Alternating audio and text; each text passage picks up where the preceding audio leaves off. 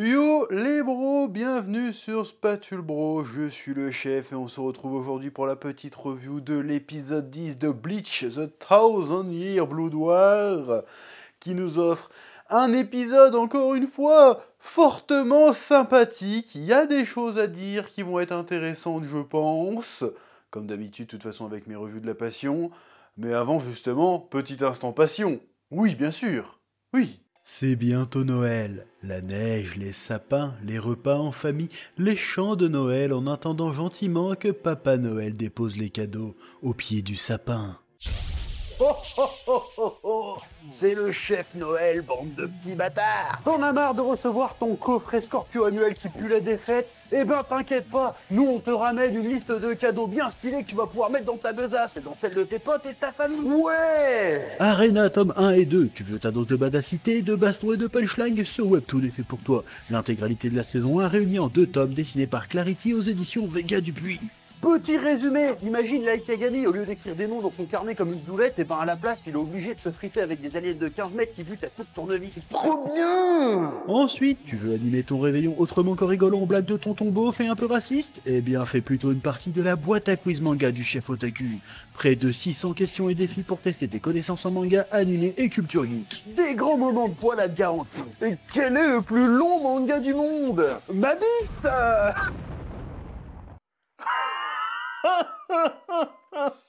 Et enfin, pour les littéraires amoureux de beaux livres, il y a le livre Manga Story, décryptage et analyse des codes du shonen Neketsu. Les thèmes, la mythologie, les archétypes, les concepts. On y parle bien sûr de Dragon Ball, One Piece, Naruto, Bleach, Hunter, Hunter, My Hero Academia et bien d'autres. Le livre contient également des illustrations et des analyses de planches masterclass. Théma, cette mise en page Chouaniax. Oh mon dieu, je comprends tout! Je deviens plus intelligent sur les mangas grâce à la sagesse ancestrale du chef! Tous ces présents fantastiquement, génialement énormes sont disponibles en librairie ou via les liens dans la description. Mais ce n'est pas fini, non! Pour les fêtes, on lance un giga concours Instagram pour gagner le méga pack de la passion, qui comprend les 2 tomes d'Arena, le livre Manga Story, la boîte à quiz, ainsi qu'une putain de figurine qui pète la classe à Dallas. Pour participer, c'est très simple, il suffit de nous follow sur Instagram, de liker et commenter le post. On vous souhaite à tous de très bonnes fêtes de fin d'année et que la passion vous guide. Ouais. Tu es John Lennon. Tu es John Lennon. Oui, on va spammer cette pub sur les produits Chef Otaku jusqu'à Noël. On en a rien à foutre. Ça, on est sûr que tout le monde l'a vu. Je m'en branle. Bref, épisode 10 de Bleach Thousand Year Blood War, un épisode intéressant qui se compose en 2 parties, en 2 segments, on va dire. Le premier segment sur Zaraki Kampachi versus Unohana Kampachi, du coup. Et après, on se refocus sur l'entraînement de Ichigo et Renji auprès de la division 0. Alors la première partie est intéressante, globalement, parce qu'elle raconte, mais je vais quand même devoir mettre un petit bémol, faire mon gars un peu pointilleux. Alors c'est intéressant du point de vue des personnages, si tu veux, le développement de personnages, et je vais en parler après, mais ça reste un peu débile quand même. Il nous explique là que... Alors je sais qu'il faut que Zaraki c'est l'ultime badass de Bleach, d'accord, y a pas de problème. Mais est-ce qu'on va pas un peu trop loin? Je veux dire, le gars depuis le départ, c'est le seul mec Shinigami qui n'est pas capable d'éveiller son Shikai ni son Bankai. Le gars, il est obligé de mettre un cache-œil, bon c'est pas que pour sa vision, c'est aussi pour bouffer son énergie spirituelle, pour pas qu'il soit trop puissant, tellement il est balèze. Le gars il se met des clochettes et tout, il se met que des handicaps, il a aucune technique, il a même jamais pris de cours d'escrime le gars. On a dit tellement il est balèze, on lui a fait un cours d'escrime une fois, on a fait non on va arrêter, il va devenir trop balèze, on pourra plus le contrôler. Donc le gars est over-cheaté de ouf, il est over-cheaté en fait. Et on nous explique qu'en fait, il y a déjà plusieurs siècles de ça, la première fois qu'il est tombé contre Unohana, il était déjà plus fort qu'elle, en fait.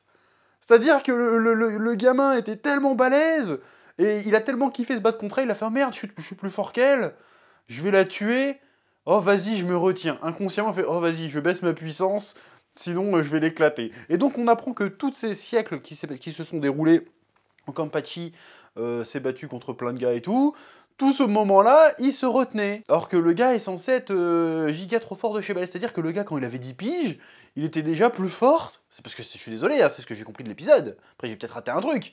C'est que quand il était gamin, pas d'entraînement, rien, il était déjà plus fort que Unohana. Tu te dis, non mais c'est n'importe quoi. C'est débile. Même avec DBS Broly, ils ont pas été aussi loin. Je veux dire, ça devient n'importe quoi. Tu vois ce que je veux dire? Le personnage est beaucoup trop cheaté. Et donc l'excuse pour pas qu'il défonce tout le monde, c'est ouais, t'aimes trop te battre, donc tu baisses ta puissance pour pas que les combats soient trop courts. C'est pour ça que t'as perdu contre Ichigo, parce que tu t'es dit inconsciemment, bah si je le bute maintenant, je pourrais plus jamais l'affronter, et du coup je vais me faire chier. Et pareil contre les Arrancars, si t'as un peu galéré, c'est parce qu'en fait, bah t'avais envie de profiter du truc. Voilà, même quand il se battait contre les Fullbringers, je crois, le truc fait oh, en fait, j'ai jamais pris mon sabre à deux mains. Boum, il a niqué tout le monde. Il me semble que c'était ça, hein, le bail. Et là, en fait, on nous dit que, ouais, il faut qu'il redevienne, faut qu'il régresse, en fait. Faut qu'il régresse à l'état mental qu'il était quand il était gamin pour devenir méga plus fort, le plus fort parmi les plus forts. Voilà, donc pendant tout ce temps, c'était le plus fort parmi les plus forts, et pour le réveiller, ils vont sacrifier le deuxième plus fort. Alors, je comprends le délire un peu philosophique, on va en parler, mais militairement, c'est complètement con, je suis désolé. Et là, ils sont emmerdés avec les Sternritter qui les attaquent. Et ils disent, on va sacrifier, on a deux Kenpachi, mais on va en sacrifier un. Bah non, en fait, sortez les deux Kenpachi et baisez-les. Donc bref, ça c'était pour la partie que je trouvais un petit peu débile, un petit peu too much. Et en plus, c'est très premier degré, hein. C'est genre, ouais, t'es trop fort de chez Balèze, il faut que t'arrêtes d'être trop fort de chez Balèze. Bah, voilà, c'est un petit peu débile. Mais, j'aime quand même la scène, j'aime l'échange entre les deux personnages, parce que faut pas oublier que Bleach, même si c'est pour moi, hein, c'est un héritier direct de Saint Seiya, ça reste quand même surtout un manga de sabre, une histoire de sabre, une histoire de samouraï, même s'il s'appelle pas comme ça, mais c'est de ça qu'on parle. Et Kenpachi et Unohana incarnent un peu, selon moi, dans Bleach, un peu le côté la voix du sabre. C'est ce qui est abordé dans quasiment tous les mangas de samouraï en réalité, mais particulièrement, récemment j'ai relu Vagabond, et ça parle de ça. Ça parle de ça, ça fait c'est quoi la voix du sabre, pourquoi on se définit par le sabre, qu'est-ce que le sabre raconte, qu'est-ce que le sabre représente pour nous. Et ce que le sabre représente pour Zaraki, Kenpachi et Unohana, ça représente ce qu'ils sont, ça représente pourquoi ils vivent, pourquoi ils existent. Ils ne vivent, ne pensent, ne réfléchissent leur existence que autour du combat et du sabre. Ils ne trouvent de sens dans leur vie qu'au moment où ils doivent croiser le fer avec quelqu'un, et en fait, ils cherchent la mort, en fait, finalement. Parce que leur but ultime, c'est de rencontrer un adversaire qui sera capable de les terrasser. Ça veut dire, parce que si le jour où ils se font terrasser, ça veut dire qu'ils ont atteint le maximum de leurs limites. Et donc, ils seront arrivés au bout de la voie du sabre. Et ça, c'est intéressant. Ça, c'est intéressant. Et d'ailleurs, toute la séquence est intéressante, parce qu'en fait, les personnages ne se parlent pas directement. C'est ça qui est plutôt cool, qui est plutôt intéressant. C'est encore un truc qu'on voit dans Vagabond aussi, dans d'autres mangas. C'est qu'en fait, ils ont un dialogue, mais ils dialoguent pas en parlant, ils dialoguent en croisant le fer. En fait, donc ils se parlent via leur sabre, via le combat. Et donc, le combat devient une danse, le combat devient un dialogue, le combat devient une chanson. Et là, ça devient beau, ça devient poétique, ça devient philosophique. Et là, c'est intéressant. Et la mise en scène où, en fait, t'as juste une voix off qui s'exprime et ils ne parlent pas directement, c'est parce qu'en fait, c'est à travers le combat, ils se comprennent mutuellement, ils ont un véritable échange. Et c'est ça qu'ils recherchent en se battant. Ils cherchent un véritable échange, ils cherchent un dialogue. C'est pour ça qu'ils cherchent un égal, ou quelqu'un même qui les surpasse, pour trouver quelqu'un qui les comprenne. Avec qui ils peuvent échanger vraiment un moment de vie, quelque chose. Et ça, j'ai trouvé ça très intéressant. Ça rappelle que Bleach, quand même, ça reste un gros truc de samouraï au final. Et ça, c'est cool. Oui. Bon, je trouve toujours un peu dommage de buter Unohana pour Power Up Kenpachi, alors qu'ils auraient très bien pu utiliser les deux pour vraiment foutre une branle au Sternritter. Mais encore une fois, le plus important, c'est qu'est-ce que ça raconte. Si on essaie d'être toujours vraisemblable et totalement cohérent, finalement, tu racontes plus d'histoire. Bref, ce qu'il y a d'intéressant entre ces deux parties d'épisode, c'est que les deux parties d'épisode parlent de la même chose. Là, on parle différemment, mais ils parlent de la même chose. C'est-à-dire, c'est la question, c'est une quête d'identité, finalement. Zaraki Kampachi cherche à savoir qui il est, et il retrouve qui il est dans cet épisode, et c'est la même thématique qui entoure les personnages de Renji et d'Ichigo, qui se retrouve face au créateur des Zanpakuto, j'ai oublié son nom, au-dessus, un truc comme ça, qui est un peu chelou et qui fabrique donc des Zanpakuto. Donc on a l'explication de l'origine des Zanpakuto. Donc le gars fabrique a priori des sabres sans nom, donc des espèces de marionnettes de Zanpakuto sans nom. Il les file aux nouvelles recrues. À force de s'entraîner avec et de passer du temps avec, et ben l'âme leur âme se transmet, influence le Zanpakuto, et du coup ça forme un Zanpakuto complet avec un nom, une personnalité, tout ce que tu veux, des pouvoirs, et tout ce qui s'ensuit. Bon, on apprend ça. Et là, le problème, quand tu sais ça, tu te fais, ouais, mais il y a un problème. Parce que, bon là, je spoil rien, je tergiverse un petit peu. Il y a un problème, parce que quand tu vois ça, tu te dis, bah, bon, en fait, il y a un problème, parce que le Zanpakuto d'Ichigo, bah, c'était pas le Zanpakuto d'Ichigo, en fait. Parce qu'il a pas eu de sabre sans nom, lui. C'est Rukia qui lui a filé son pouvoir. Tu vois ce que je veux dire? Donc ça veut dire que le sabre qu'il a depuis le début, c'est peut-être pas le sabre qu'il aurait dû avoir, en fait. Et c'est peut-être pour ça qu'il n'y a aucun... comment il appelle ça? J'ai oublié le nom des trucs. Il n'y a aucune marionnette de Zanpakuto qui le reconnaît. Et ils le reconnaissent pas que pour ça. D'ailleurs, le gars lui dit, ils te reconnaissent pas parce qu'en fait, tu sais pas qui t'es. T'es un Shinigami, tu crois que t'es un Shinigami, mais qu'est-ce que t'es en fait? Et ça revient à ce que je disais lors de la review précédente, il me semble, c'est que Ichigo, il y a plusieurs types de héros de shonen, j'en parle dans mon livre Manga Story, lien dans la description. T'as le héros à la Luffy, t'as le héros à la Naruto, et t'as le héros à la Ichigo, c'est-à-dire le héros qui n'est pas en quête d'un but ultime, mais qui est simplement en quête d'identité, qui cherche à comprendre d'où il vient et qui il est. Bon, c'est un peu le cas de Naruto aussi, mais c'est pas son but ultime de découvrir qui il est, Naruto. Son but ultime, c'est de devenir Hokage, et sur le chemin, il va découvrir qui il est. Là, Ichigo, son but premier, c'est ça, en fait. C'est de trouver sa place dans le monde. Et dans cet entraînement-là, il se rend compte, finalement, bah ouais, j'ai pas ma place, en fait. Qui je suis? Suis-je un Shinigami? Suis-je un Quincy? Suis-je un Holo? Suis-je un Fullbringer? Qu'est-ce que je suis, finalement? Et donc, c'est là qu'on va trouver, c'est là qu'on va atterrir dans le passage, selon moi, le plus intéressant, l'un des passages les plus intéressants de cette première partie d'arc final de Bleach. C'est que, bah, on le voit à la fin, je spoil rien, on le voit à la fin, le gars, il l'envoie, finalement, dans un flashback.